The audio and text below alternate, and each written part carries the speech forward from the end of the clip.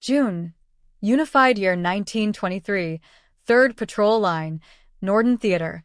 Northern Military District. Why am I out here fighting in a war?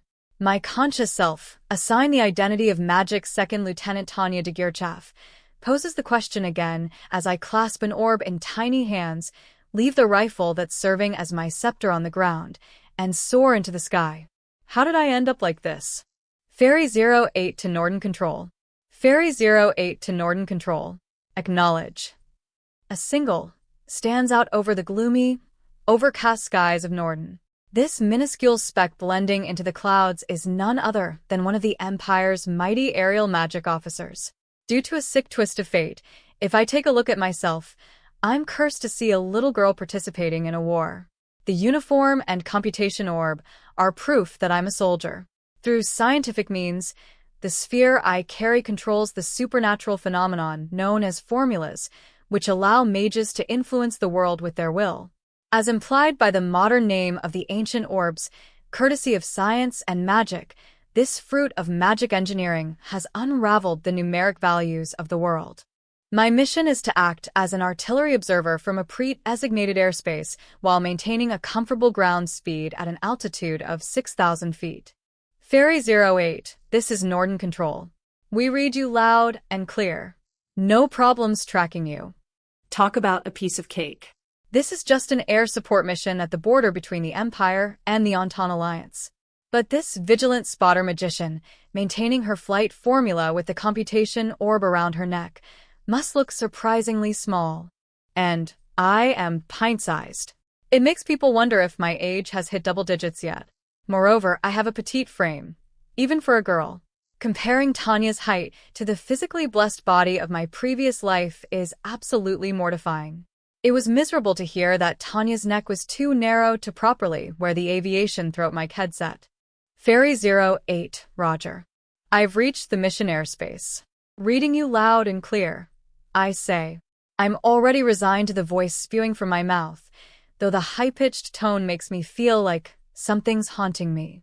No matter how accustomed to hearing it I become, I can't stand it. Whenever my tongue can't keep up with my mind and I end up nearly biting it or stuttering, I feel utterly humiliated.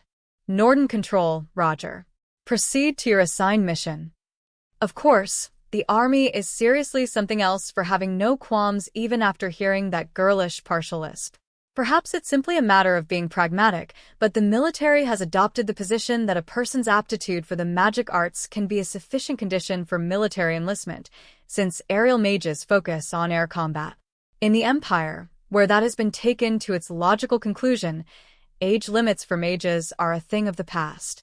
Hence why the Army has no problem deploying someone who looks young enough that they should still be with their guardian, if only as an artillery observer. Ferry 08, Roger. The area is all clear. I say again, area is all clear.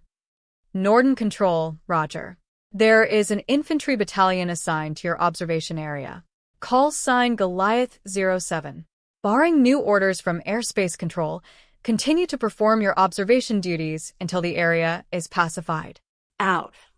The demands of the Empire's geopolitical position have played a large role in this method of procuring human resources. Surrounded by world powers due to historical circumstance, the state has been forced to face potential enemies in every direction. Securing the military strength needed for their large territories' national defense is a perpetually pressing issue. In order to resolve the problem, the General Staff's frenzied efforts have reached the point where they'll exploit anyone within reach. Ferry 08, this is the Provisional Corps Artillery Battalion. Call sign Goliath 07. How copy? This being the case, the Army apparently thinks nothing of tossing a young girl out to the border on air patrol if it can use her. I am quite literally a child soldier. Goliath 07, this is Ferry 08. Reading you loud and clear. I've confirmed the enemy infantry advance. Sending data now. Acknowledge.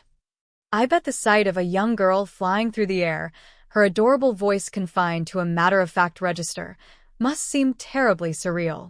When you get down to it, a proper army is supposed to be composed of proper adult soldiers. That's only common sense. But it isn't just static in the signal. Hearing women's and children's voices on the mic has become commonplace among mages. The armed forces have a practical exception in place for just about everything. More than anything, the harsh days in service exhaust decent people, so any initial discomfort over allowing a girl to participate in combat has long since worn off. Goliath 07, Roger. Base piece starting calibration fire. That's why the aerial mage enlisted as Second Lieutenant Tanya de Geerchaf is serving as an artillery observer during this battle in the northern reaches of Norden, calmly and skillfully delivering periodic reports via the radio set on her back that's nearly as big as she is. But actually, it isn't as though I don't question or doubt what I'm doing flying out here. Impact confirmed. Looks like a close hit. Looks to be within the allowable error margin of 10 meters. Fire for effect. Goliath 07, Roger. Commencing fire mission now. While my blue eyes attentively look below, there's no denying they hold a glint of frustration. Why was I reborn into this world, made the opposite gender, and now stuck fighting a war? The most annoying things are the physical changes. A child's body is horribly inconvenient. At first, even though girls develop quicker than boys, the size difference was simply too great to maneuver my body with the same equilibrium I had trusted for years. On top of that, I've keenly felt how much I've become a helpless child on multiple occasions since joining the army. I couldn't hold a gun. It was too big. In the end, I couldn't aim worth a damn, and the recoil ended up bruising my shoulder. When I sparred, there was a streak of pity on my partner's face whenever he threw me.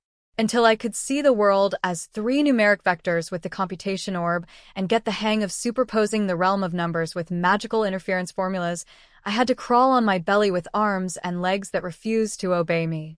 Because they depended on brains, not brawn, the magic arts were the only area where I succeeded, if only barely. The constraints of my body couldn't trouble me, and I could soar across the sky as long as I superposed the world with my formulas. Perhaps I was able to overcome any reservations I might have had about magic due to its usefulness as a tool. But why must I use a tool simply because I have it? Oh, I get it. It's essential that we're able to use an ICBM for when the time calls for one. That's why it's necessary to make provisions for their maintenance, drills, and operations. That said, is there any reason we need to have ICBMs in the first place? In that same vein, gossip about seemingly strained relations with neighboring nations is hardly new. The Empire and Entente Alliance have been struggling for quite some time with unofficial border conflicts. But in the international politics arena, at least, there's nominally no dispute over this territory. The problem isn't acknowledged because the Empire is such an incredible powerhouse. As far as Tanya is concerned, it's a simple matter, comparable to how nations surrounding the Soviet Union independently avoid border disputes with it. The only regrettable part of discussing the Empire's strength is that it has to be described in the past tense. Multiple isolated accidents have occurred along the border. There has been unintentional fire on both sides, which led to firefights due to misunderstanding. All such incidents were resolved at the level of the local commanding officers, but there's no denying the continually mounting tension. Under normal circumstances, if the Empire entered a state of semi-war at this point, Tanya's position would allow her to fall back to the rear echelon and serve in non-combat roles. After all, Warrant Officer Tanya de Geerchaf had been a cadet attending the military academy up until the outbreak of hostilities. A greenhorn would only get in the way on the front lines, so it would be normal for her to serve somewhere in the rear, such as in the technical arsenal or logistical command, once the Empire began making preparations in anticipation of war. Yet despite the unsettling state of world affairs, Tanya's optimistic superiors decided this was all merely brinkmanship diplomacy. Thanks to them, she was stuck completing her training out in the field. The flight patrols she took part of in coordination with the Army were only intended to serve as an extension of the education she was receiving at the academy. Having lost her opportunity to withdraw to the rear, Tanya was officially commissioned as a second lieutenant and deployed upon completing her training. She was also assigned the call sign Fairy 08. Clearly, people were obnoxiously comparing her to a fairy. Based on outward appearances alone, She was a puny kid, really an incredibly young child. On top of that, she had blue eyes that seemed to reflect a strong will and short blonde hair tied back to make it easier to manage. And considering her pale, clear skin complexion as well, her call sign did start to seem appropriate. The trouble began right after Tanya officially assumed her new post in the field with the Border Army. The administrative unit was composed of direct promotes from the Magic Officer Training School and local relocations. As a new transfer, Tanya was forced to accept orders to stand by for 48 hours.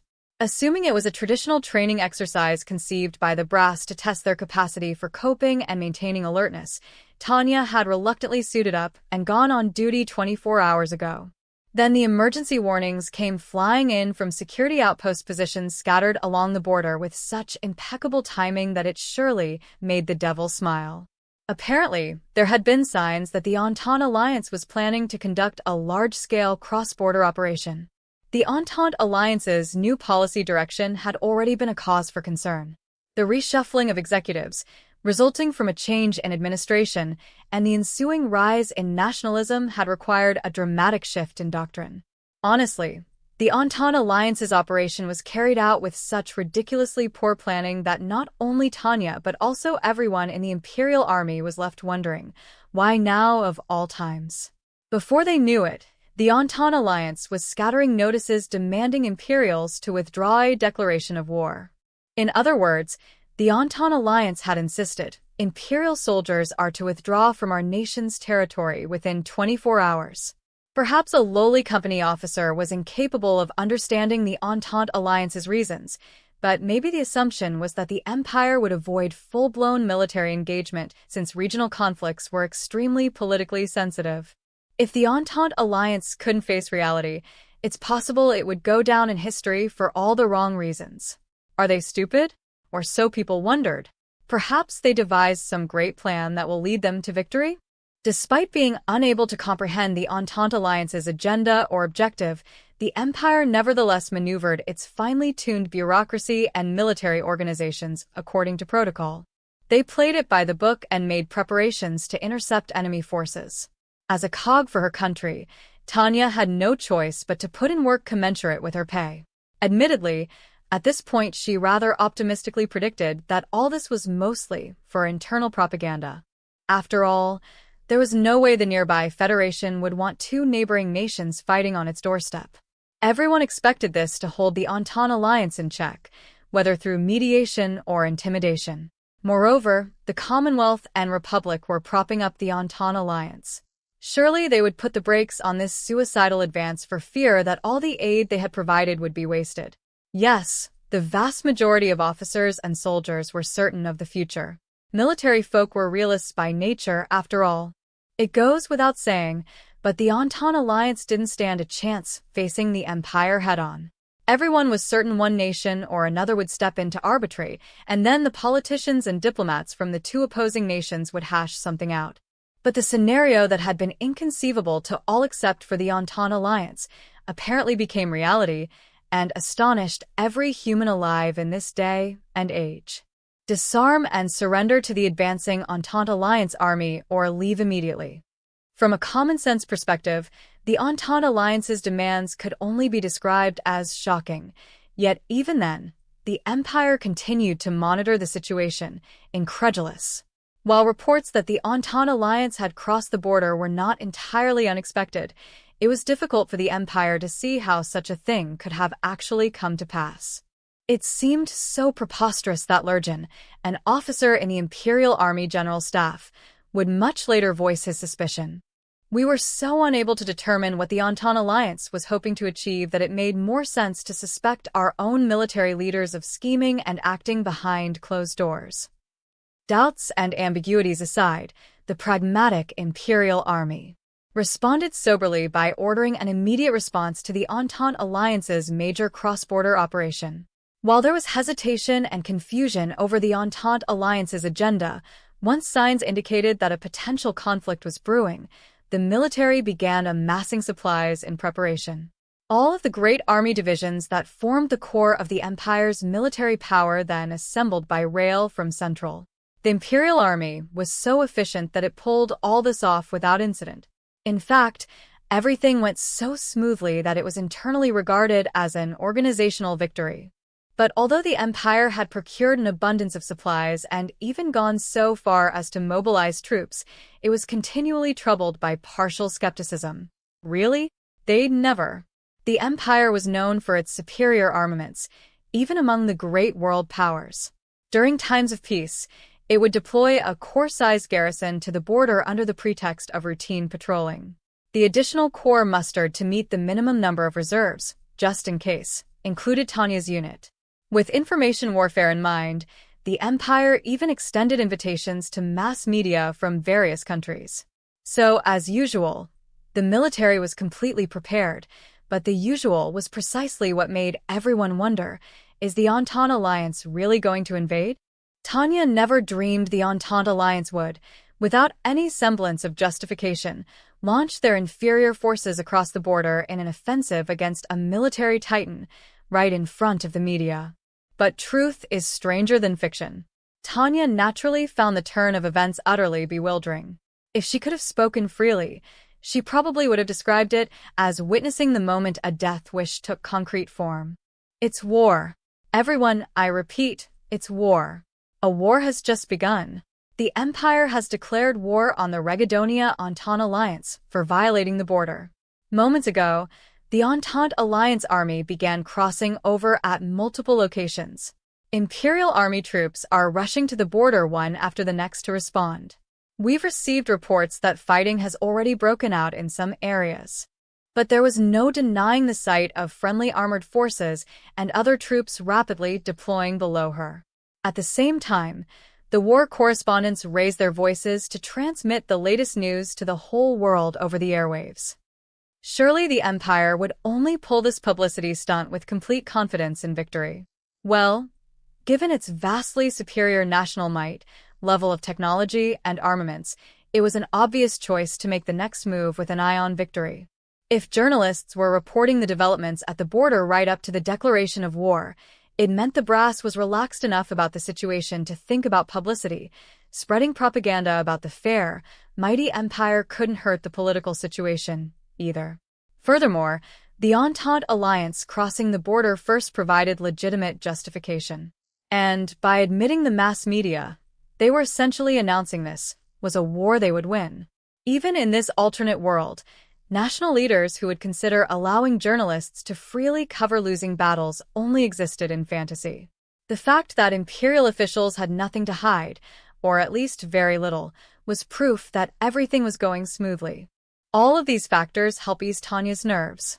Honestly, when she first heard that she was getting sent to the north for field training, she wanted to yell, "I hope you rot," to the military state that was planning to work a young girl to the bone out in the borderlands.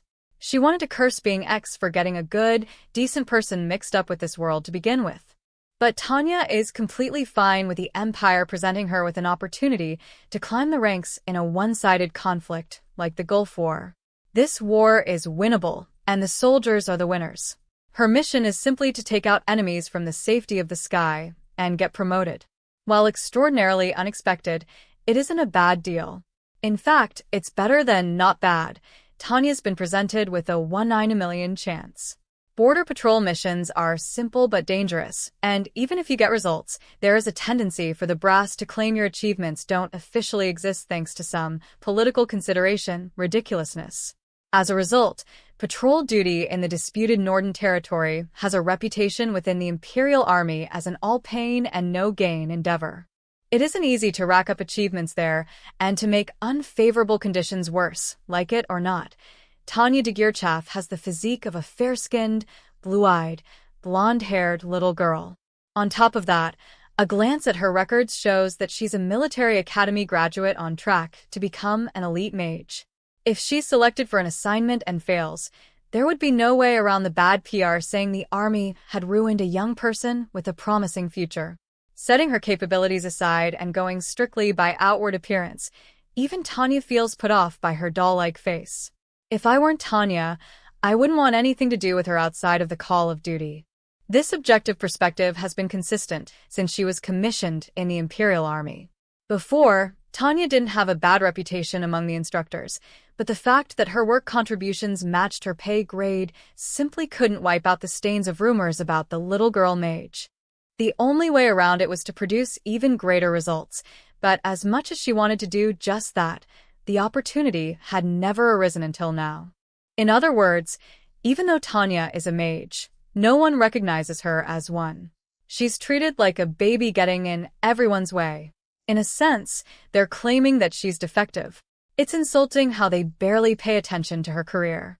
Ironically, the Empire wound up giving her active combat duty in a situation where its army handily dominated the battlefield, an unexpected stroke of good fortune for her first battle.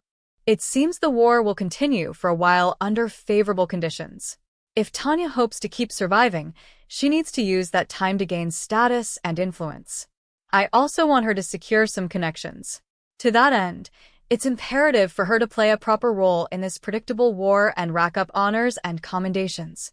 Having thought that far, Tanya unconsciously curls her rosy lips into a grin as she reassesses the situation. This might not be so bad after all. Actually, couldn't this work out wonderfully for my career? I should consider this a pretty sweet deal. No one is around to overhear her egocentric whisper. Even if someone were flying nearby, the howling of the Imperial artillery gunnery below would have drowned out her voice, not to mention the endless echo of shells making landfall and exploding. If I think of the cacophony as a VIP view of the Fuji Firepower Review 5 but with several times the roaring artillery, it isn't so bad. Fairy 08, this is Goliath 07. Requesting firing results.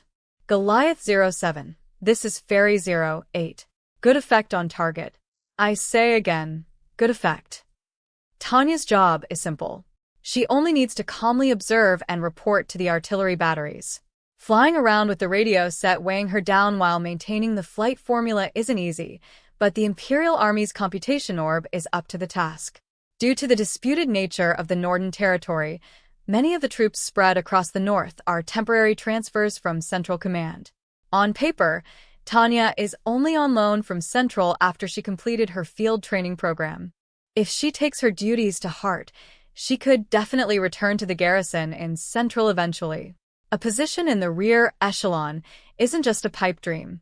Once she's chosen as an officer magician in the rear, there's a distinct possibility Tanya could spend the rest of the war on standby under orders to defend the capital. Depending on how she looks at it, personnel might have actually given her a golden ticket for developing a promising career in the long run. Tanya was bitter when she first learned of the decision for her to train in the boring yet perilous north, but it just goes to show that there's no telling in life what could be a blessing in disguise. It's a bit late, but I should probably mail thank you letters to my instructors with my latest updates as soon as possible. I have to build up my connections. I can already foresee a rosy career. Even in the midst of battle, Tanya is in visibly high spirits as she spots for artillery on the battlefield. Fairy 08 to Norden Control. Please respond. This is Norden Control. Loud and clear. The exploding shells below are satisfactorily laying waste to the Entente Alliance infantry who have crossed the national boundary. No matter how rugged the mountainous Norden terrain, once artillery is fully deployed, the soldiers casually advancing on the border become nothing more than targets. All the more so if the lay of the land leaves them exposed. Fairy 08, Roger. Enemy currently under suppressive fire. I believe we've neutralized them. Enemy infantry is breaking ranks. Maintaining a suitable distance, the exceptional artillery batteries fire at unarmored targets under the guidance of an observer in an area where ballistics data was precalculated beforehand. It's impossible that the barrage can fail to wipe them out. Down below, the swarms of once orderly infantry fall prey to the howitzers all too easily once they begin fleeing in all directions. As Tanya confirms the situation through a pair of binoculars, it becomes clear that any more will just be a waste of ammo. Norden Control, Roger. Advance to Patrol Line 2 and guide suppressive fire against the enemy's primary infantry. Fairy 08, Roger. Will advance and continue observation mission. Her dispassionate exchange with Control is so free of noise that Tanya quietly thinks to herself, I didn't expect radios to work so well in actual combat conditions.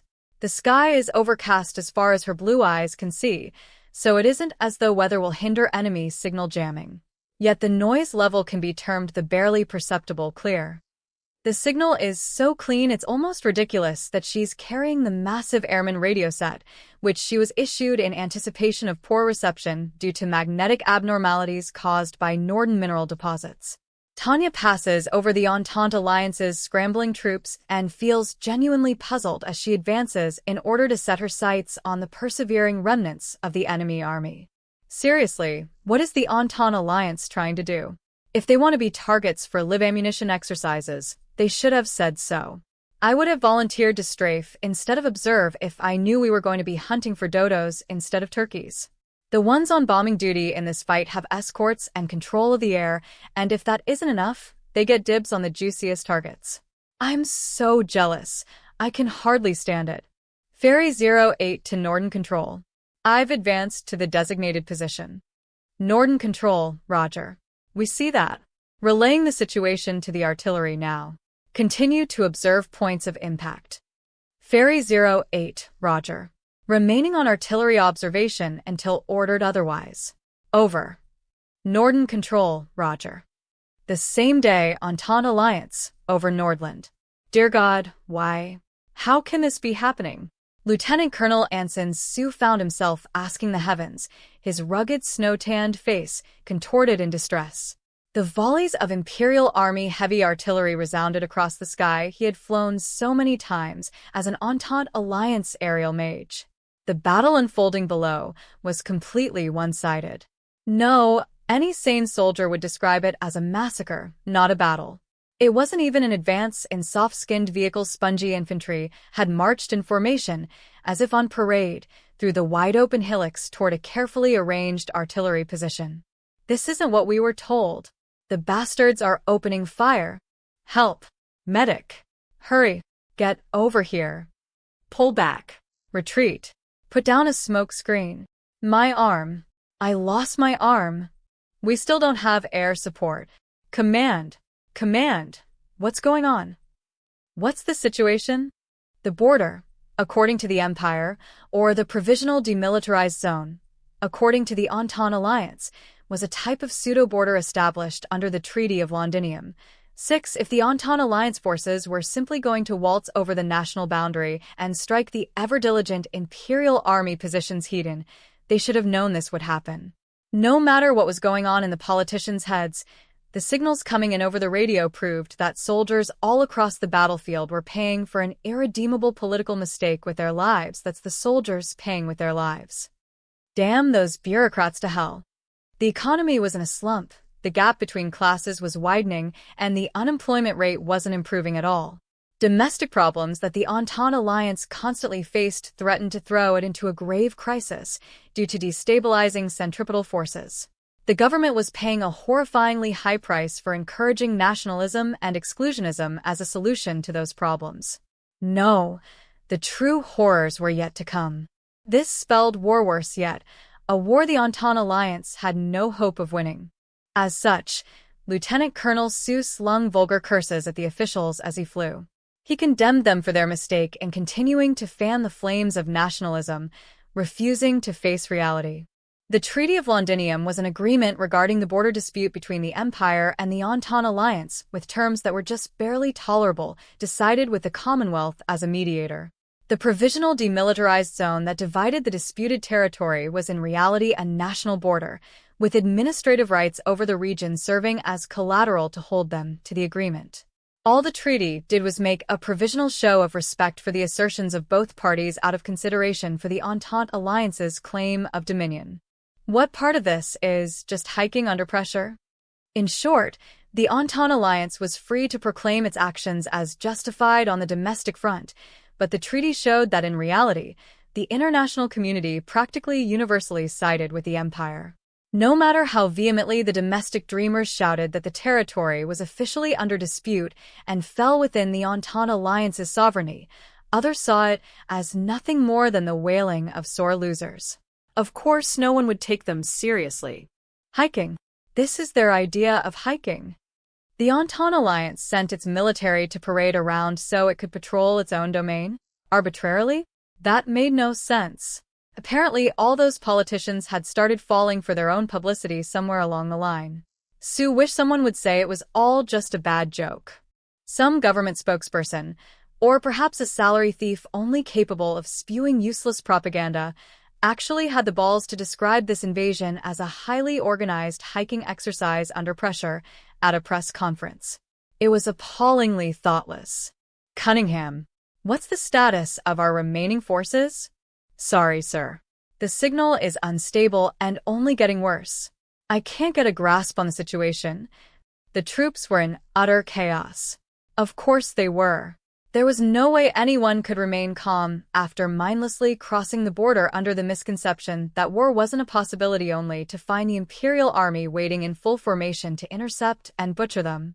No doubt this folly would go down in history. What about the command centers? Airspace control or the combat direction center is fine. Can you reach anybody? The lines are a mess and I can't call them anyway. We weren't even assigned the right frequency. First Lieutenant Cunningham, who was considered a veteran even in Sue's outfit, scowled as he fiddled with the long-range radio over his shoulders. The signals were tangled enough to stump a skilled veteran of the skies, proof that the Entente Alliance had kicked this operation off carelessly. If it weren't Sue's own country, no doubt he would have been flabbergasted. They would never violate the border without properly transitioning to a war footing first. Clearly, the Entente Alliance government is merely practicing brinkmanship diplomacy.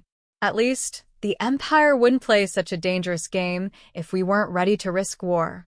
A quote from an Imperial Army General Staff spokesman that Sue had read 2 days ago in a newspaper article.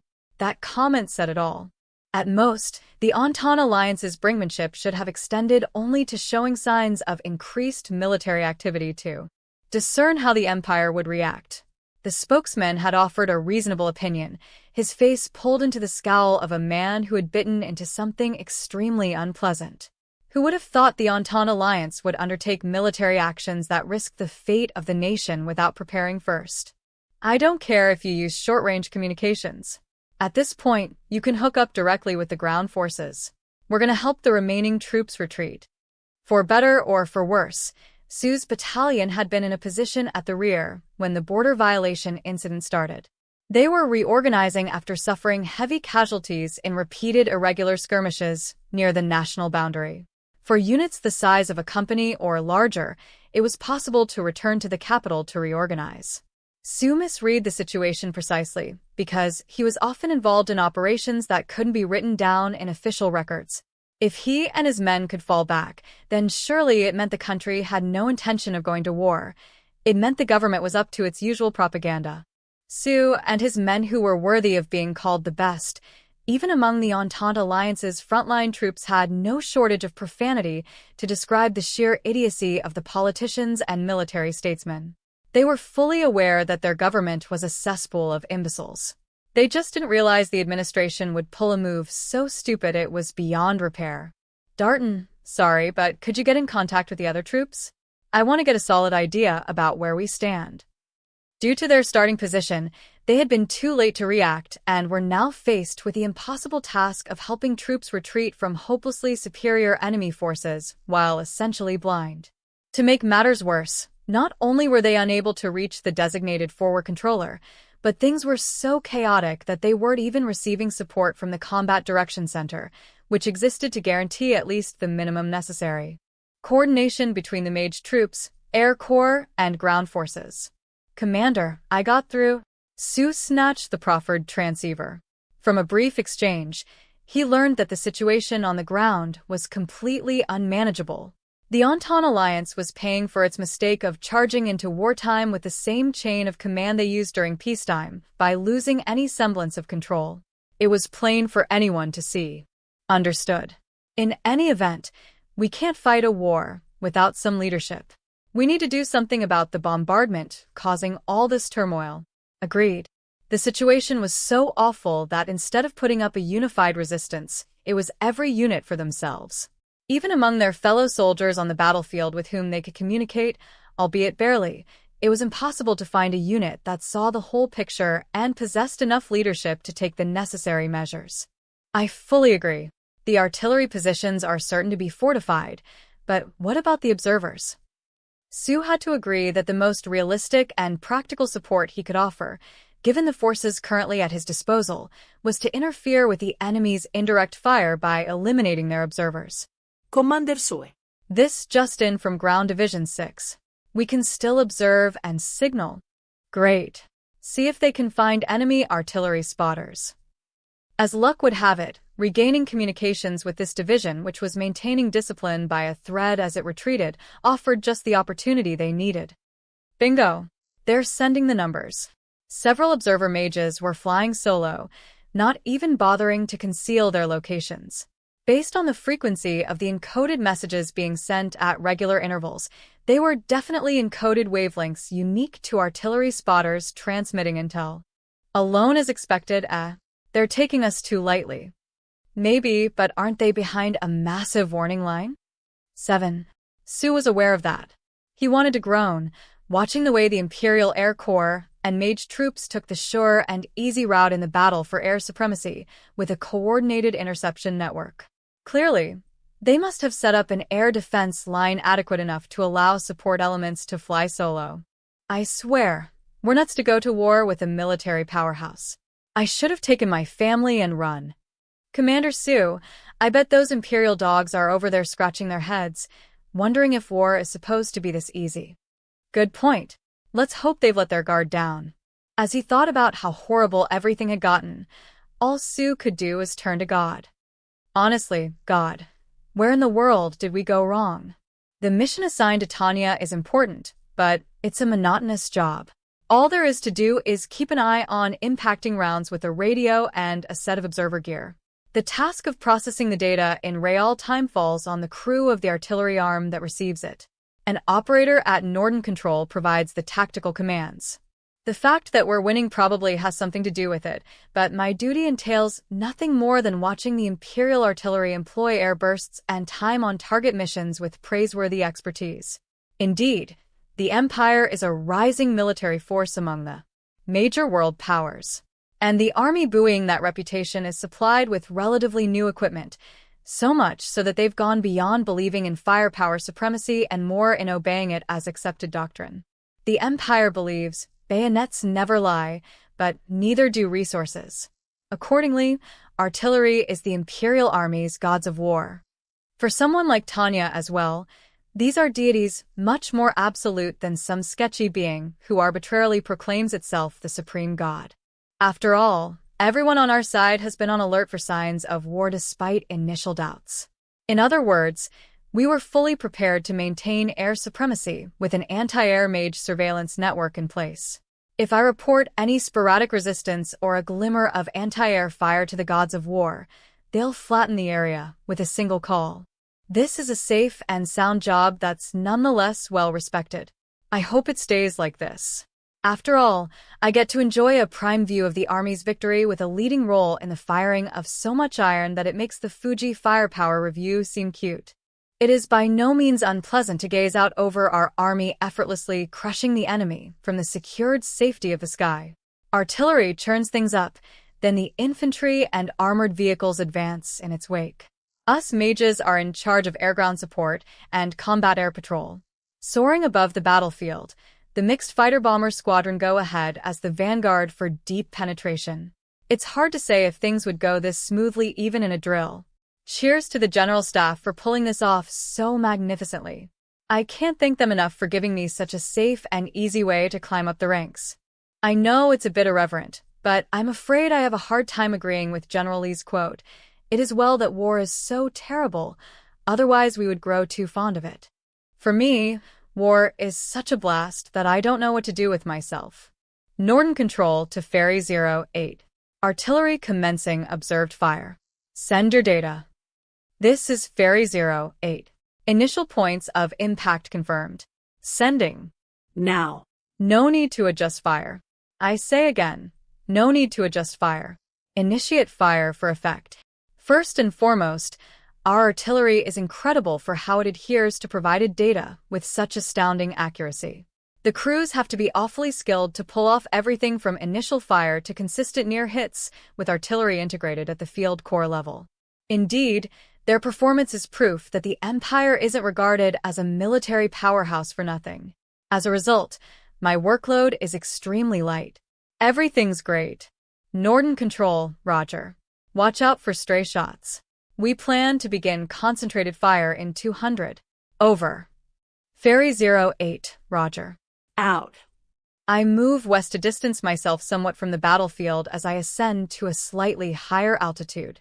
I doubt the artillery's aim would slip that easily, but it would be outrageous if an ally inadvertently struck me down with shrapnel. And seeing as this is going to be concentrated fire, there'll be a whole slew of shells coming. The artillery guys will have a blast firing their hearts out, and I'll be looking on in envy. I need to stay out of their way so we can all enjoy doing our jobs.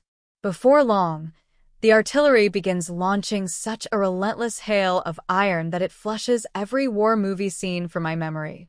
As far as I can see from my spot in the sky, black specks are raining down all over toward the earth, and immediately after their explosive flames dissipate, chunks of what used to be humans fly in every direction before vanishing. Ferry 08 to Norden Control. Fire mission impact confirmed. Repeat. This is Norden Control with theater intelligence. Norden Control. This is Ferry 08. Reception is poor. The interference is awful. Over. Either there's electromagnetic interference or my equipment is simply acting up. Why couldn't it have happened at any time other than this crucial moment? Just to play it safe, Tanya starts checking if the problem has to do with the equipment strapped to her back by trying to radio control again when it picks up an unexpected signal. Cherubim leader issuing a theater warning. I say again, theater warning. Large number of incoming bogies confirmed. It's not a regular message or an express message, but an unknown warning. It's strange for the airborne controller to declare a theater warning when he's supposed to be patrolling on the first line. And since theater warnings generally aren't issued during intercept combat unless the warning line in front of patrol line 1 gets breached, a great deal can be read into that transmission. Perhaps a fresh group of highly formidable soldiers has entered the fray. Well, this is war. It looks like the enemy won't go down so easily after all. Norden Control to all airborne interceptors on standby. Transition ROE 8 from Border Patrol to Mobile Air Defense. I say again, transition ROE from Border Patrol to Mobile Air Defense. Upon successfully regaining the connection, orders to intercept rushed in. Obviously, if bogies have been spotted, the only option is to intercept them. That's why the Empire not only established massive formations on the front, but also has reserves standing by in the air. Tally multiple bogey signals.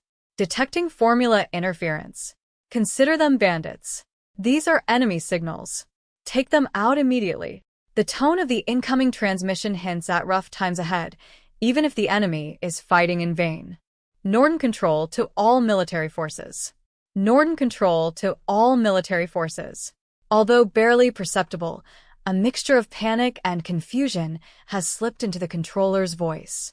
These people would probably sound as dry as an announcer reading the newspaper, even if allies were getting shot down. Their distress is a good indication of how bad the situation must be. A battalion of Entente Alliance mages has been confirmed violating the border. I say again, a battalion of Entente Alliance mages has been confirmed violating the border. Well, the status report is undeniably surprising as the combat controller reads it with a tinge of confusion. Normally, it would be taboo to employ piecemeal commitment in military operations. How to position reinforcements so they can best function as a relief force is crucial to planning military operations, but at the same time, command needs to keep a certain amount of strategic reserves available at all times. It's a classic dilemma, but also the most difficult to overcome. It's ludicrous for the Entente Alliance to make the infantry cross the border alone and then sortie their air assets afterward. I never dreamed the Entente Alliance would send out reserves when the Imperial forces had already reached the point of transitioning from defense to pursuit.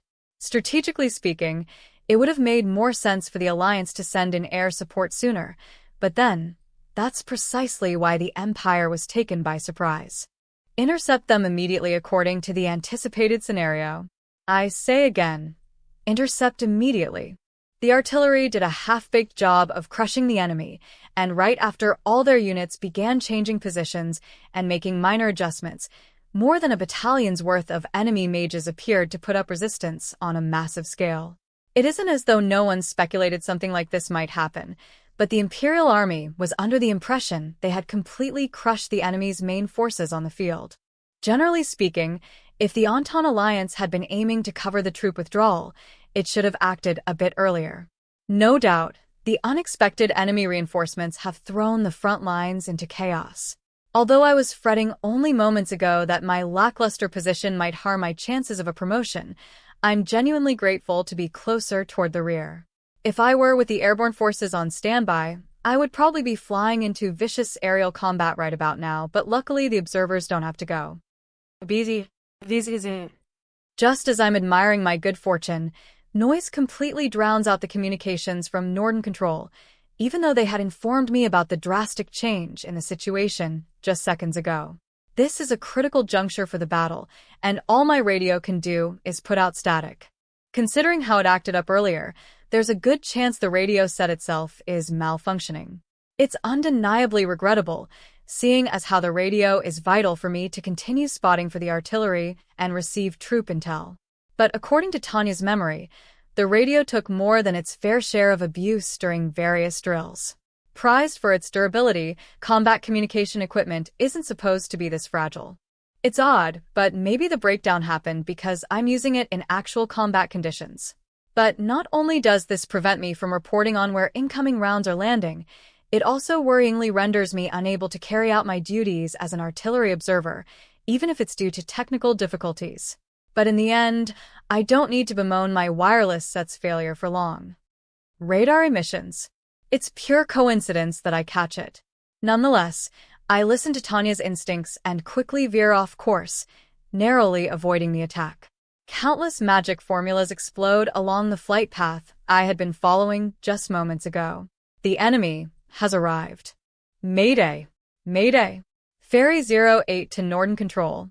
Ferry 08 to Norden Control. Theater warning. Requesting immediate assistance. Tanya shouts into the radio. The waves set at maximum amplitude. The static wasn't due to a defect, but enemy jamming. Without a doubt, these mages are the greatest threat among the surviving enemy forces along the border.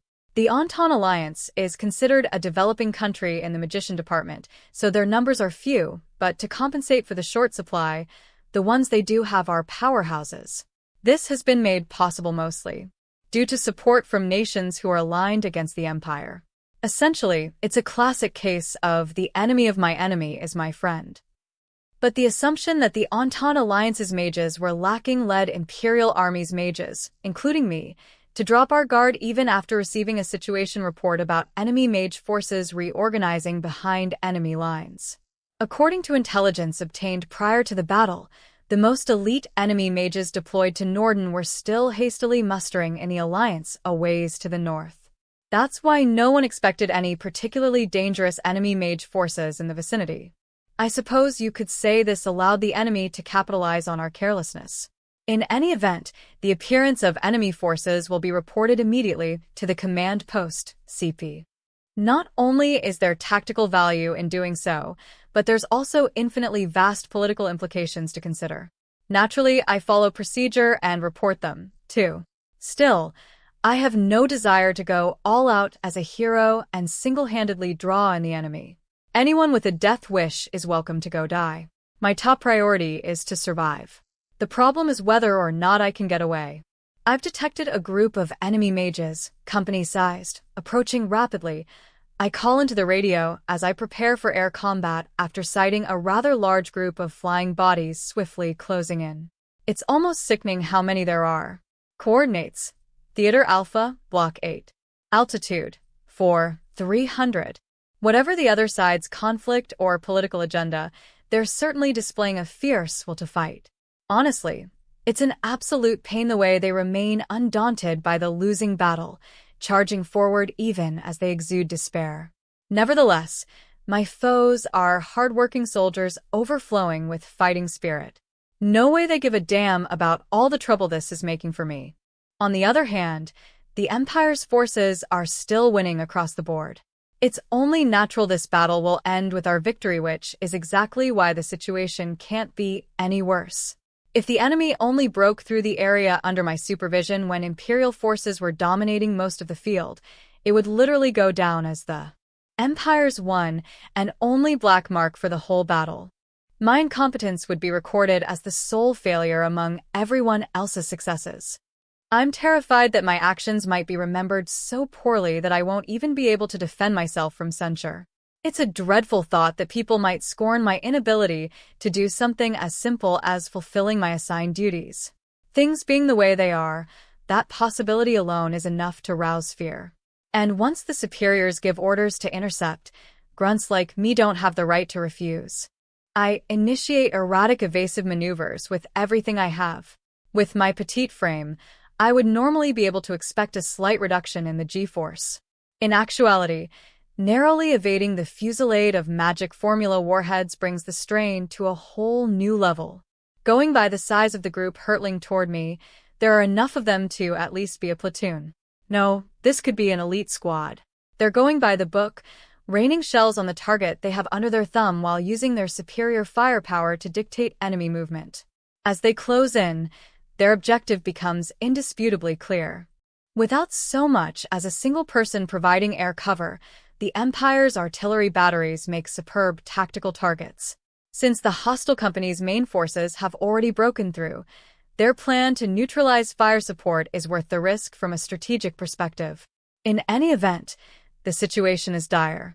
It might not be so bad if the Corps used self-propelled artillery, but the lion's share consists of towed pieces. Even for the Empire, it's too much to ask to mechanize the artillery crews while also properly maintaining the armor divisions, mage troops, and air corps. Of course, the artillery lacks the time it needs to limber up the ungainly howitzers and run or hide. Consequently, the fate of the weapons on the ground rests on how well the combat air patrol performs. But it's going to take a great deal of strength to halt the advance of a company-sized group of mages. In short, it's essential to keep them busy until Allied air units can be organized. Engaging. Norden Control to Ferry 08. Provide a status update. Fortunately, our electronic countermeasures must be up. The latest transmission is coming in clear. This is it. I predict a 100% chance of trouble. They say a woman's intuition is often right. But despite looking like a young girl on the outside, I don't particularly think of myself as a lady on the inside. So what is it? Why do I have such a bad feeling? This is Ferry 08. I've made contact. I say again, I've made contact. A hostile mage company is penetrating our airspace. Norden Control, Roger. Maintain contact and delay the enemy. Also, if at all possible, gather intel. That would explain it. I swear, it can't get any worse than this. Engage the enemy and gather intel? No, trying to slow them down comes first, right? But single-handedly trying to disrupt a whole company. Up in the open sky with no cover? If they're ordering me to die, I wish they would say it outright. There's a substantial gap in fighting power. Requesting reinforcements. Norden Control, Roger. We're already scrambling an allied mage platoon. Additional company already in the air on standby should also arrive in 600. Oh, really? Apparently reinforcements will arrive in 10 minutes. That's more than enough time to whip up some instant ramen, eat it, and finish cleaning to boot. Honestly, there's no way I can pull off delaying actions for 10 minutes against an entire company. If I take into account preserving my own life, which I give the utmost importance, my wisest course of action is to beat a hasty retreat. It should be obvious, but I'm simply not patriotic enough to fight a grand battle out here alone. That said, I need a pretext to ensure I don't become immortalized in military history for the horrible disgrace of running from the enemy. If, at the very least, I could get an order from High Command to move from this strategically worthless airspace. Ferry 08 to Norden Control. Requesting permission for immediate withdrawal. I say again, requesting permission for immediate withdrawal. Norden Control to Ferry 08. I'm afraid I can't approve that. Do your best to delay them until the Allied response team arrives. Arg, damn you. Curse this elitist controller. You could take a life with a single order from the rear. I seriously want to scream, asking if they want to try switching places with me. They should come out to the front and give things a go before they start ordering the impossible. Ferry 08 to Norden Control. How is our artillery? That said, I'm an adult. I know that if I let Tanya's physical age get the best of me, act on these emotions and raise hell, it'll just lead to problems down the line. I can always get my revenge after I make it big someday. And it's precisely because I hope to make everyone pay later that I need to do my best in the current situation. My efforts will allow the mage known as Tanya de Geerchaf to dodge criticism once everyone learns about how she gave her all to fulfill her duty even under the worst conditions. And just in case they eventually court-martial me as a scapegoat, I can take initiative to show that I'm acting with the knowledge of the danger facing the artillery in the rear. I can claim later that I did everything within my power to deal with the problem. It's always wise to have some insurance. The mage platoon is on their way to reinforce you. They should reach artillery airspace in approximately 300. And at the same time, the 7th Mobile Mage Company is en route to intercept. As I said before, we expect them to reach you in 600. Ag. The worst-case scenario has been set in stone. Damn, the law of causation that brought about this shitty situation. Why do the enemy mage troops have to rush straight at the artillery positioned right behind airspace under my jurisdiction? What the hell are the troops in charge of the early warning line doing? How does a mage company make it this far before anyone notices? It'll be unbearable if I get blamed for this due to someone's complacency after our victory was virtually assured. And if these guys want to take out artillery, wouldn't it all be the same to them if they go to the next sector? Why do they have to come here, of all places? Damn you, devil. Are you still cursing me? Okay, fine. If that's how you're going to be, screw it. All these guys are out to get me, right? In that case, I won't go down alone. I've made up my mind. If I'm gonna die, we're all going together. I won't be satisfied unless I take a whole bunch of these bandits with me. Ferry 08, Roger. Norden Control, I'll struggle with all my might. Norden Control, Roger. Good luck. I'll admit that I yelled in desperation. But good luck? Really? I mean, what's up with that unnecessary comment at the end? I can't help but furrow my brow as an ominous feeling flutters in my chest. This situation reminds me of how, in a weird twist of fate, the Tokugawa soldiers who were dominating the Battle of Sekigahara encountered the peculiar Shimazu forces. In other words, what I want to say is don't come over here. Go away. Shoo. Biting my lower lip, I can't help but curse my rotten luck. Well, I am being toyed with by entities like Being X. I've braced myself, I really have, but I never dreamed I'd end up committing to a defensive delaying action in enemy-dominated airspace. Are there no child welfare services? I don't know if I'm cute as a button, but at least I look the part. And not just any kid, but one small enough that people regularly refer to me as young or little. I wish the enemy would hesitate to shoot when they see me, but you can't expect humanitarianism on a battlefield. Anyone who knows what happened in the Holocaust and then in Sarajevo and Rwanda should have realized by now how truly dangerous it is to blindly believe in the ideals of humanism. It's all too easy for humans to transform into demons capable of performing monstrous atrocities. That might not be taught in ethics class, but it's our nature. Admittedly, the sensible Western comment that a virtuous God must exist precisely because of those demons committing such evils is intriguing. Unfortunately, since Being X doesn't come across as particularly virtuous to me, I have to disagree. God is dead, was it? While nevertheless controversial, Nietzsche's conclusion is probably right. It's impossible for God to exist. People have to save themselves. In this situation, that means a defensive delaying action. The equipment on hand includes a light bulletproof uniform, observer gear, and a Type 13 standard computation orb from the Volker Arms factory. Because I'm on observation duty, I don't have my magic ammunition rifle, which allows the shooters to cast at greater ranges by loading formulas. And besides, it's too heavy for me anyway. How am I supposed to slow the enemy down like this? Of course, I know my only option is to find a weak point.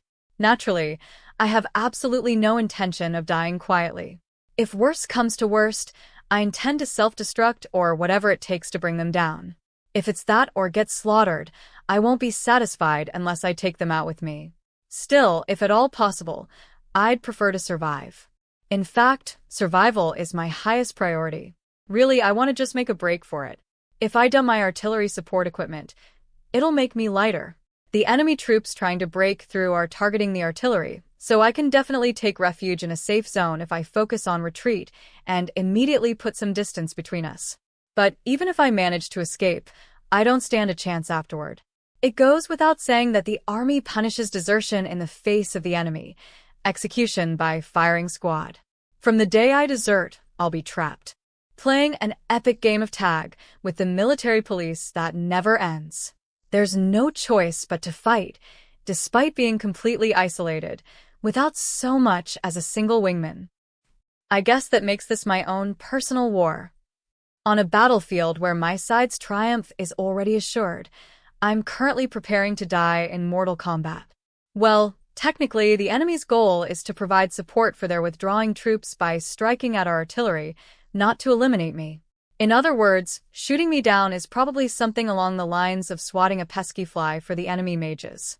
It's truly insulting that my life and career are being endangered while I'm treated as nothing more than a side note. It's my right to look down on others. No one should be allowed to do that to me. Without a thought about what's going to come after, I start doping up with one interference formula after the next. Improved reaction time, increased instantaneous strength. Before my brain registers the shooting pain of forcing open the magic circuits, I alleviate it with intracerebral narcotics. I'm getting pumped.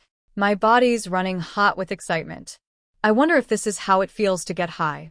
Now, if the worst case happens and the enemy shoots me down, I'll be able to escape without collapsing from the pain. What an honor. This is great. Such a wonderful moment. This is so much fun. I can barely contain myself. Fairy 08?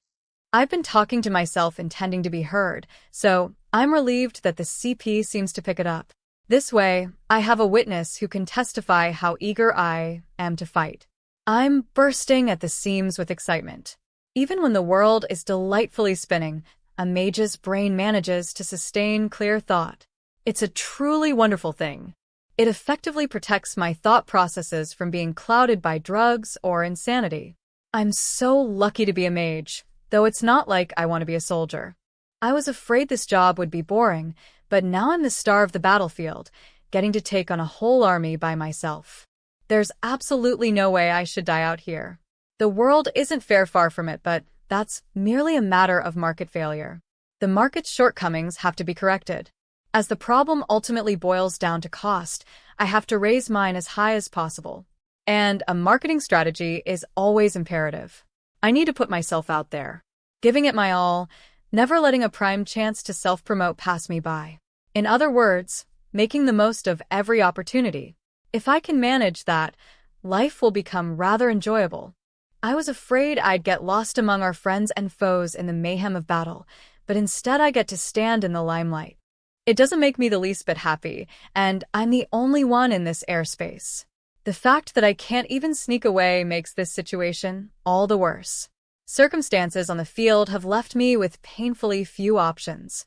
That being the case, all I can do is consider how best to please the audience, aka my superior officers, with my performance. Surprisingly, humans can put on quite a show when cornered. So, this is what it's like to feel deeply touched. It's a good day to die. Damn, it really is. I chuck the observer gear. These heavily armed enemy mages are envisioning sluggish ground combat, but we're going to be dancing instead. Beginning basic fighter maneuvers, I pump myself up with the exhilarating thought. This is nothing more than the accursed best choice out of all the awful options, and as disinclined as I am to take it, the only thing that matters is carrying out my duty and surviving. The appearance of fulfilling my mission will suffice. After a respectable dogfight, I can pretend the enemy either got away or shot me down. Then someone else can deal with them. By my calculations, even a group willing to brave the impossible to take out our artillery won't bother coming after me if I fly off somewhere else. Rather than desert in the face of the enemy, my efforts will merely fall short, rendering me unable to continue fighting. It'd be ideal if I could crash land as close as possible to friendly troops. And it'd be even better if I could slow down those Entente Alliance maggots. After all, time is far more valuable than gold, and the jerks trying to break through are pillaging it. While only a minor consolation, it would also be nice to get some payback. Ergo, I won't allow anyone to come out the victor in this skirmish. And if anyone did, it would be me. I don't enjoy pain in the slightest, and I have absolutely no desire to get all muddy, but I don't want to die. There is absolutely no reason I should die anyway. I'll lap up muddy water if that's what it takes to survive. Life is a battle in and of itself. Commander Sue. Enemy reinforcements. A company is coming up fast, and I'm picking up a mage platoon behind them. I suspect they're reinforcements. God, oh God, why? Why does this have to happen? The enemy has breached the 16th Holstein Division's defenses. How in the world did it come to this? Colonel Acamp's battalion is issuing a distress signal to the strike team. They're jumping into a fight with a battalion of Imperial mages. They say they won't be able to hold the escape route for long. Where did we go wrong? I know. We don't have time for this. Can't we take out the observer mage already? From his view in the sky, Lieutenant Colonel Sue was forced to acknowledge that the situation of his fatherland's army, engulfed in flames and collapsing, was only growing worse with each passing second. His face contorted with anger and impatience, but even if he screamed to stop the indirect fire until his voice went hoarse, it wouldn't improve the situation whatsoever. Our shots are grazing. If his glare could start fires, Lieutenant Colonel Sue would have seared the enemy mage nimbly soaring through the sky until they were burned so badly not even a crisp remained. Ack, how could this happen when we're flying over Norden airspace that we know so well? Today, everything is putting a sour taste in my mouth, even these familiar skies. Bastards got us in a fine position. Fighting over allies is a pain in the ass. The majority of his men were pursuing a single enemy. Sue couldn't call that mage a coward for doing their best to survive. If he wasn't personally involved, he would have deeply admired and respected the display of valor and indomitable fighting spirit. As it was, though, they didn't have time to appreciate the enemy's bravery. Anson Sue's ears heard only the incessant firing of artillery, and his eyes saw naught but allies blasted to smithereens in the bombardment. Damn politicians. If asked who is to blame, the reply was indisputable. The lone curse that slipped out of his mouth said it all. Sue wanted to take the fools those who mocked the Treaty of Londinium, casually ignored it, and then made it part of their election campaign and stand them up out here. The ones the politicians were throwing into harm's way were the fatherland's citizens. Getting close. Prepare to charge. Commander Sue. Let's go with the alternative plan and strike the enemy artillery. If you have one squad stay, no matter how fast the mage might be, they should be more than enough to deal with them. Forget it, Lagarde. Enemy reinforcements are already on their way. We'd get wiped out. For better or for worse, Lieutenant Colonel Sue's troops had penetrated too deeply into enemy lines. Perhaps if they had come prepared with a few more men, they could have taken the enemy battery by assault. But when they initially broke through, he had to leave several units to hold the breach open. That left him with a group the size of a reinforced platoon. Cunningham, how long until enemy reinforcements arrive? The closest formation will be here in 480 seconds. If we don't hurry, they'll be on our tail. With Imperial units coming to intercept one after the next, even if they risked annihilation to carry out the assault, he couldn't see how they would survive. Still, he would do what he could with the manpower available to him. That was Lieutenant Colonel Anson Sue's sound decision as an Entente Alliance soldier, as well as the limit of what he could accomplish given the limited information he had. He was indifferent to military romanticism, so when he figured the enemy batteries would be heavily guarded, he quickly gave up on attacking them. But the truth was cruel. The airspace above the batteries was wide open. I know. If we... Damn it. Lagarde. Captain. Captain Lagarde. Cunningham, cover him. Lagarde, can you pull up? Lagarde. Right before his eyes, Captain Lagarde had blindly rushed the enemy mage. His support, unsure how to react, fell out of sync, and the moment they stopped firing for fear of accidentally hitting the captain, the enemy cast a formula. Lagarde had charged under the assumption that support fire would stifle enemy mobility, and now he was too near to veer away. "Oh no, you don't. Cover me." Lagarde was caught by much more than just a shockwave. He took a direct hit from the blast itself. Slightly altering his course wouldn't have helped. In an instant, his protective film peeled off, and his defensive shell shattered. He made a split-second decision to shield his face with his arms, but it was still only through God's good grace that he survived. Break. The bastard was aiming for that. Thor. Sue's side had superior numbers. They were concentrated on the firing line. But the price they paid for letting go of an enemy after pinning them down was too high. Casualty report: 2 downed, and Captain Lagarde is severely injured. With both arms burned, Lagarde was falling, only dimly conscious through the blood loss and pain. First Lieutenant Thor had been hit by the explosive formula at close range as well when he darted into the line of fire, hoping to cover for his comrade, so practically speaking, he was also no longer combat capable. Grah, they won't get away with this. Commander, I'll make a rush at the enemy. Back me up. Ack, damn it. Cover him. Hit. Come on, hit. You're mine. Amid all of that, Sue was certain he heard. Gotcha. The voice sounded almost happy, like the laugh of a lunatic. Stop, Balder. Pull back. That mage is going to. Sue began to cry out, but in the very next moment, the Imperial mage cast a spell that engulfed everyone around them. Suicide bombing?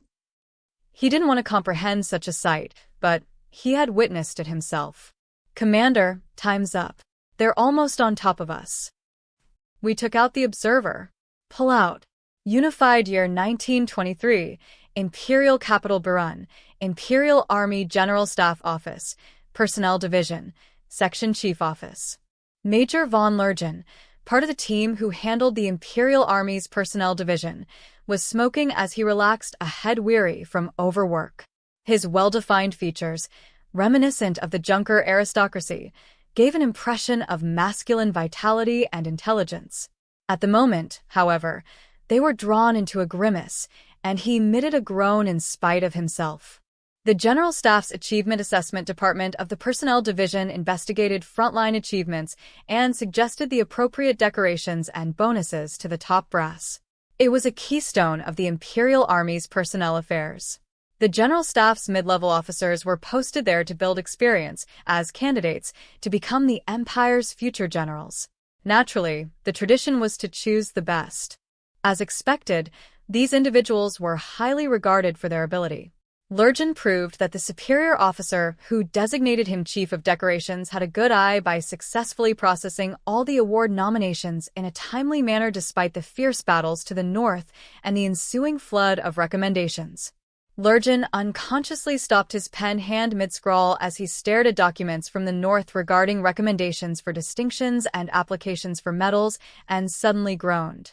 It was only natural for his subordinates in the department to send him worried looks that asked, "Is something the matter?" "I had no idea she was in Norden," Lergen whispered as he exhaled a puff of smoke, displaying irrefutable unease and disgust in response to the documents. The name of the recommended officer printed there was Magic 2nd Lieutenant Tanya de Geerchaf. She had graduated from the Imperial Army Military Academy second in her class and encountered a disturbance in Norden after her unit training in the north. She then put up a valiant fight with the Northern Army Group, where her brilliant feat and valuable contribution to the Army led the commanding officers on site to submit a joint recommendation. If Lergen viewed it like all the other papers received by the Achievement Assessment Department, it was truly just another formal document. If anything, it seemed a bit unusual for them to assign an alias. Naturally, as a member of personnel, he had a duty to maintain fairness and objectivity. It wasn't as though he didn't appreciate the valuable acts of self-sacrifice Lieutenant de Geerchaf took in combat up north. She had completely dedicated herself to a delaying action and tied down an enemy unit. While she ultimately wasn't able to detain them until reinforcements arrived, She defeated one, and possibly two others in a bold move that stopped the enemy assault. Though she ended up literally covered with wounds, she fulfilled her duty and diligently supported her allies the whole time. As large as the imperial army was, it was rare to find such commendable acts of self-sacrifice. Normally, Lurgen would have no cause for hesitation. On the contrary, he would have drawn up the documents to expedite the process for her to receive distinctions. But unfortunately, Lurgen had known of Second Lieutenant Tanya de Geerchaf ever since she was a first-class student at the military academy. She didn't exactly leave a good impression on him. It happened during one of the many occasions personnel division business took him to the academy. That was when he saw it unfold. Small rather than petite, the girl was young enough that it would have been perfectly appropriate for her to still play sweetly with toys. But instead he witnessed the surreal scene of her roaring, brandishing her computation orb and scattering a line of cadets. That was the one and only time that he had ever questioned his eyes. Normally, a simple mental note stating she's a gifted mage who skipped ahead would suffice. In fact, his initial impression was there really are precocious child prodigies out there. This young girl had yet to reach 10 years of age. The thought of her flying around the battlefield like a seasoned soldier was inherently chilling. While Lurgen didn't mean to speak poorly of the academy, he wanted to ask the girls' instructors whether they had created a killing doll instead of preparing her to become a magic second lieutenant. For one thing, typical officer cadets exhibited massive inconsistencies between their actions and words. For all their bravado, newly appointed officers were surprisingly useless. It wasn't uncommon that all anyone asked from the overly enthusiastic cadets was to not hold back the veteran officers. But Second Lieutenant de Geerchaf was a textbook example of a woman of her word. Since her days at the academy, she had shown glimpses of surprisingly realistic values. According to the instructors Lurgen pumped for information, after learning of the policy for first-class students to instruct second-class students, she proclaimed that she would weed out the incompetent fools. The enthusiasm wasn't uncommon for first-class students, and so the instructors initially laughed it off as healthy enthusiasm. However, de Geerchaf stayed true to her word, to such extremes that it made the blood rush from the instructors' faces. While out on a field training exercise, a second-class student started a minor quarrel and foolishly contradicted first-class mentor Tanya de Geerchaf's orders, moronically underestimating her young age and outward appearance. Lurgen witnessed the moment she attempted to carry out her duty as his commanding officer and literally moved to execute him on the spot for insubordination, as dictated by military law. That incident marked the moment Lurgen felt that, out of all the countless Imperial Army magic officers, Tanya de Geerchaf was a dangerous one worth remembering. Of course, the insubordinate cadet should have been severely punished. Regulations and training formed the very heart of the Empire. If no one heeded them, the foundations of the army would crumble. When an issue concerned fundamental doctrine, standard officer attitude was actually for instructors to take a firm stance. In fact, an officer's pistol historically served as a tool for punishing desertion or insubordination. There was no need to argue that maintaining discipline among one's subordinates was one of the major duties assigned to an officer. But even so, de Geerchaf took it too far when she screamed, "If you're too dim-witted to remember orders, how about I split open your skull and pound them in for you?" and drew a magic blade on the insubordinate cadet she had pinned down. Lurgen was certain he had seen the blade coming down the moment the instructors rushed over and pulled her off. If they hadn't stopped her, she definitely would have killed the man. Perhaps de Geerchaf made an outstanding officer on the front, but she was definitely not of sound mind. In terms of her humanity, she had a loose screw. Perhaps that was an ideal trait for soldiers off fighting wars on the battlefield. In reality, few possessed personalities innately suited for combat. Hence, the Imperial Army, along with the armies of other nations, trained people as soldiers through regulations and drills before finally recognizing them as trained combatants. In that regard, de Geerchaf was blessed with great talent. It was annoyingly obvious to him, precisely because Lurgen worked in personnel. She embodied the ideal officer from the army's perspective, from the way she calmly used a nearly self-destructive maneuver to the way she loyally carried out her duties. Of course, she was clearly hazardous in some ways. In particular, she greatly strayed from the army's desire for unit cohesion. Degirchaf's way of thinking was dangerous enough that it wasn't possible to trust her to act on her own discretion, so Lurgan was forced to consider her a potential threat. She was truly war-hungry. This is no joke. Realizing that he would be in the minority as far as his views were concerned, Lurgan was nonetheless driven to have the proposed decoration reconsidered. The girl had held the line until reinforcements arrived, ultimately fighting so hard that she was hanging on by a thread when infantry searching the area found her. Such a feat was definitely worthy of praise, but considering her disposition, he was convinced that was the natural outcome. As for the way she fought, it was hardly surprising that she had followed the textbook to the letter by putting up a noble resistance. She had extensive gunshot wounds all over her arms and legs, and there were signs that she had held her computation orb with her teeth. In short, this indicated that she had made the level-headed strategic decision to buy time and desperately defended her vitals while resisting enemy forces for as long as possible. But that was precisely the problem. Having finished reading the documents, Lurgan couldn't help but bury his head in his hands. It was true that Degirchaf was horribly dangerous. Yet at the same time, based on the principle of rewarding excellence and punishing inadequacy, he couldn't overlook such an outstanding accomplishment. It would be unacceptable if he did. It was unclear what the future held, but considering the achievement that earned Degirchaf these recommendations, she would most likely receive the glorious Silver Wings Assault Badge. The Northern Army Group probably regarded this as the greatest deed in the initial phase of the war. During a critical phase in the early battles, a crisis occurred. Enter a mage from the academy, performing exactly the kind of distinguished exploits the military hoped for to boost morale. She'd gotten real results. And the story was absolutely perfect. It was an honor for a mage to be awarded an alias, and so soon in her career. He immediately understood that she'd been given the elegant nickname, White Silver, because everyone was thrilled. While Degirchaf might not be a hero for boosting morale, Lurgan still had to exercise both positive and negative discipline. He took pride in being fair and true to his duty. Yet for the first time, he was torn between his emotions and his obligations as a military bureaucrat. A child honed into the perfect weapon is terrifying. The only way to use Degirchaf is to turn her on the enemy. I'll build you up as a hero. I'll respect your exploits as much as possible. I'll permit you to act on your own discretion to the best of my ability. I'll support you however I can to make certain you can fight. I'll do all of that. So please, I'm begging you, fight on the front.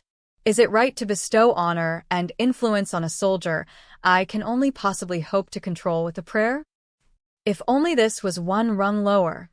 Lurgan grumbled in spite of himself.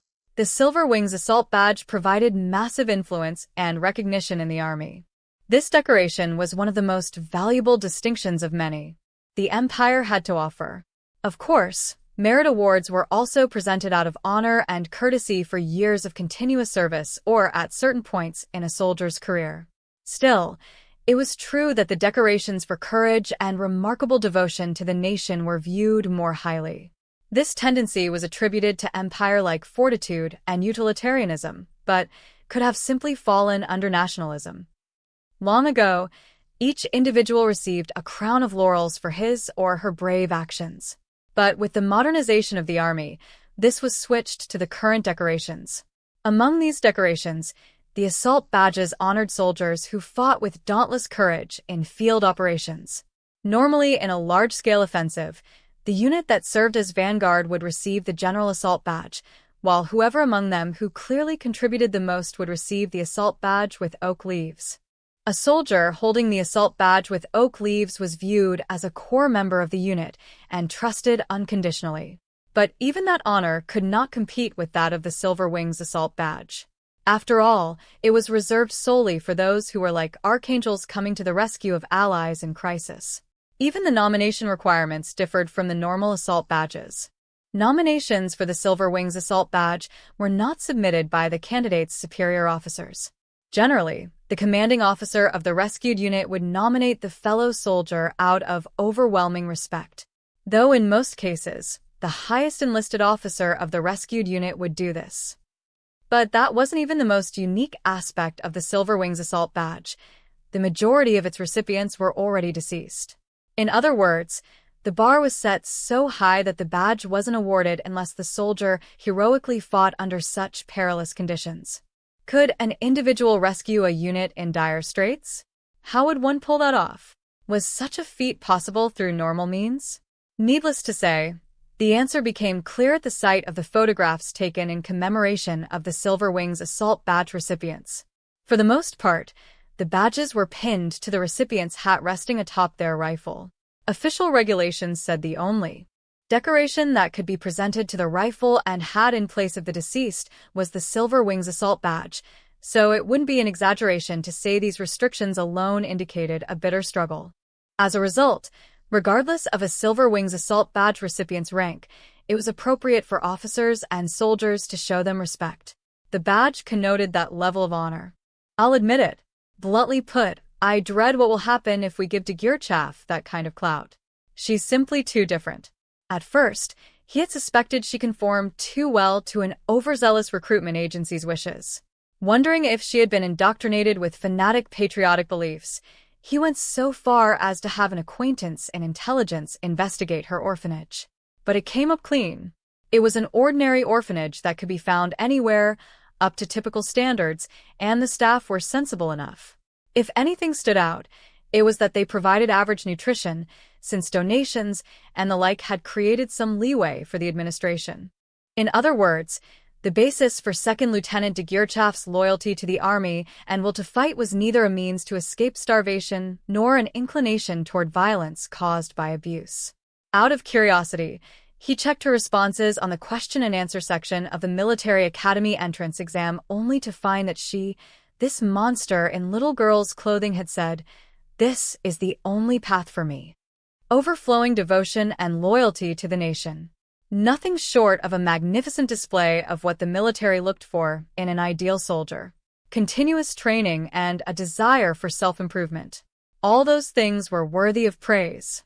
A soldier with any one of those traits would make Lurgan perfectly happy as an imperial officer managing human resources. If an officer has a combination of them, we're delighted. That's precisely what the army wants.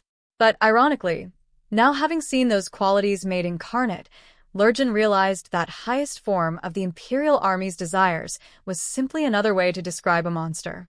And it filled him with fear. He didn't know what she was implying with "this is the only path for me." One of the logical theories he had conceived was that perhaps she was trying to sublimate her overflowing lust for murder into something practical. Who could say for certain that she wasn't born hungry for war, and the army was the only path that could sate her appetite? Who could guarantee that she wasn't a loose cannon who would enjoy the sight of dripping blood and fly off on a journey of carnage? Even if she conducted herself like an ideal soldier in every way, the overall picture suggested she had to be crazy, or at least abnormal. Naturally, he understood that you couldn't fight a war with tranquil serenity. It wasn't as if he didn't know from experience that only those who snapped or were truly mad could fight without getting nauseous. But what if someone enjoyed it? He had once heard that as far as a murderer was concerned, both theory and practice were nothing more than a difference in aesthetics. Meaning a serial killer conflated their theories with actual implementation. At the time, he had laughed it off as a rather wild opinion, but he understood all too well now. Sadly, he had come to understand. At best, Dagirchaff is an anomaly fundamentally different from the rest of us. Maybe that's what a hero is, someone divergent from the average person in some way. There's nothing wrong with celebrating a hero, but we will never teach follow the hero. We cannot afford to foster that. The Military Academy is a human resources development organization, not a place for creating lunatics. Same day, Imperial Army General Staff Office, War Room. To be exact, 2 brigadier generals stood in fierce opposition. I absolutely oppose. If we make a concentrated commitment like that, we may lose the flexibility to respond swiftly, a risk which greatly outweighs any merits. A manly soldier in his prime stood and roared in unending protest. His pale blue eyes overflowed with such confidence that he seemed arrogant, but anyone who met his gaze realized it was always fixed on reality. The General Staff regarded Brigadier General von Rüdersdorf as an officer whose balance of confidence and ability made him exceptional. Now, this man cast aside his reputation and all but leaned over the desk as he continued howling in protest. We have more than enough troops on the field already for a running fight. We should maintain tactical flexibility while applying a reasonable amount of pressure. That's all there is to it. Likewise, I must voice my protest as well. We have successfully destroyed the enemy's forces in the field. What more is there to accomplish through war? We have already met our national defense objective. Furthermore, he agreed with the need to maintain tactical flexibility. With his quiet disposition and scholarly outward appearance, Brigadier General von Zetter gave off a sensible impression, characteristic of a man who measured himself as a soldier. He joined the debate, speaking as matter-of-factly as a mathematician reading his finalized results. Both of our brigadier generals make valid points. Would you care to comment, General von Ludwig? Presiding as the chairman, Adjutant General Marchesi felt that both brigadier generals presented arguments that sounded too reasonable to simply overlook. Naturally, the Adjutant General was experienced enough to ignore opposing views in the debate if he chose to do so. However, it wasn't as though Marchesi didn't have his own cause for concern. Considering the General Staff's stance would have primary influence over the Commander-in-Chief's office, it was worth digging deeper. As such, he had prompted a statement from Lieutenant General von Ludwig, Chief of the General Staff, who advocated a large-scale offensive. He intended to hear all sides. Prudence is all well and good, but we haven't caught a whiff of mobilization from our neighboring nations. If we want to conduct a large-scale offensive without the restraint of the given conditions, isn't this a prime opportunity? The Chief of the General Staff had risen, a troubled look on his face. He appeared mildly confused that two of the subordinates for whom he had high expectations were rising in revolt against him. Yet he was also angry. As a result, he was trying to figure out how he felt, so what everyone saw was his bizarrely perplexed expression. Lieutenant General, sir. At the very least, we should limit the scale of mobilization. A full mobilization would destroy the fundamental premise of Plan 315. Rüdersdorf strongly objected. His concise criticism stemmed from the Empire's geopolitical situation. The Empire was the only great power surrounded by other world powers, so in terms of national defense, it was in the difficult position of always accounting for the possibility of a multi-front war. Then there was the historical background behind how the Empire built its reputation as a new military power. Compelled by fear and geographic necessity, the Empire had to pursue military superiority to withstand a two-front war. I don't mean to simply parrot General von Rüdersdorf, but we should not alter our policies for national defense, including Plan 315, added Zetor. Assuming the Empire was surrounded by potential enemies on all sides, efficiently moving and managing troops along interior lines became its only defense option. The minutely detailed plan called for mass mobilization to neutralize a single potential enemy's field army, with forces superior in both number and quality. Thereafter, the military would prepare to take on the other hostile countries. This was Defense Policy Plan 315. In order to get them through a nigh impossible two-front war, it had been fine-tuned down to specific train schedules. The plan was something of an artistic masterpiece for the Empire. To put it another way, it would take a massive amount of time to build a new plan if they scrapped this one. Zetor, we must avoid sending in forces piecemeal. That hardly needs to be said. I am fully aware of the foolishness of gradual mobilization, but I find it questionable to claim we need to deploy our entire force now that we have destroyed the enemy's field army. On the other hand, Ludwig's argument also stood to reason. Given that the Kingdom of Ildoa, the Francois Republic, and the Russie Federation showed no real signs of mobilizing troops, the stage was set to completely crush the Entente alliance. If the Empire was going to strike, it should go all out. But as for launching an immediate offensive, Zetor's notion that they had achieved sufficient victory contradicted Chief of the General Staff Ludwig's opinion. I agree with Brigadier General von Zetor. Victory is within our grasp, so the question we should be asking is how to exploit its fruits. If we needlessly mobilize troops without a clear plan, the tactical objective will be too ambiguous. I fail to see how that will benefit our national defense. Rudersdorf didn't feel they needed to add to their achievements. The question he posed was simply how to best utilize their gains once they had an understanding of the situation. While That wasn't exactly the main point of his proposal. He too was concerned that the army would needlessly compromise their well-established national defense policy without a plan. Rudersdorf, as long as the commander-in-chief doesn't give us directives, the general staff can only pursue expanding its military gains. General, with all due respect, it would be unspeakable to conduct a military operation that lacked a clear tactical objective. I am strongly opposed to a reckless large-scale invasion that could consequently ruin our defense policy, Rudersdorf replied. Zetor agreed, with an outright bitter expression on his face. Opportunity waits for no man. We are prepared to settle the territorial dispute over Norden once and for all with this campaign. We can resolve the Empire's geopolitical problem. The cheers that slipped out from a portion of the attendees were not wholly unjustified.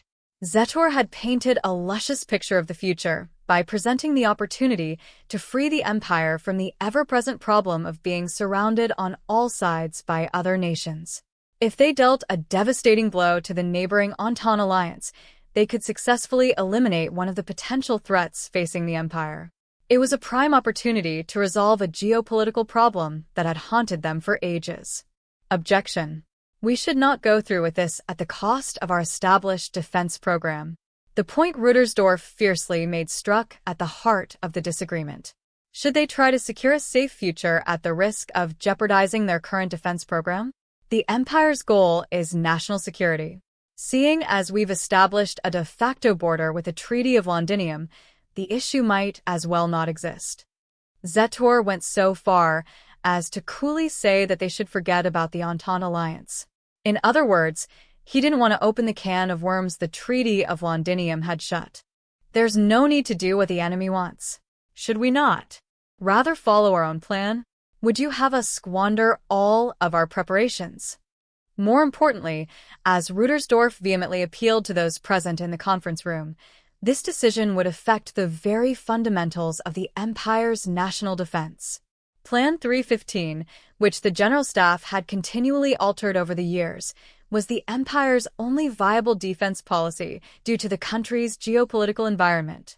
Surrounded by potential enemies on all sides, the Empire made the desperate decision that no matter which country set off the invasion domino effect, it would resolutely defend its territory through coordinated counterattacks. In truth, it was unable to conceive any other defense plan with a high chance of success. Will you pass up the chance to break free of this encirclement, if only partially? If we could weaken the Entente alliance, we would be able to concentrate more on the east. And to the west, we could mount a somewhat less tense line of defense against Albion, Francois. But they continued their arguments one after the other with no end in sight. The debate stemmed from the General Staff's inescapable desire to seize this opportunity. They could finally break free of their stalemated country's defense strategy. If we act right now, for the first time since the founding of the Empire, we could resolve our military problems in one fell swoop. Fortunately, none of the powerhouses show any indications of mobilizing. I believe that if we act now, we can eliminate the root of the Empire's problems. They had no way of knowing whether or not this decision was for the best, at least not at this point in time.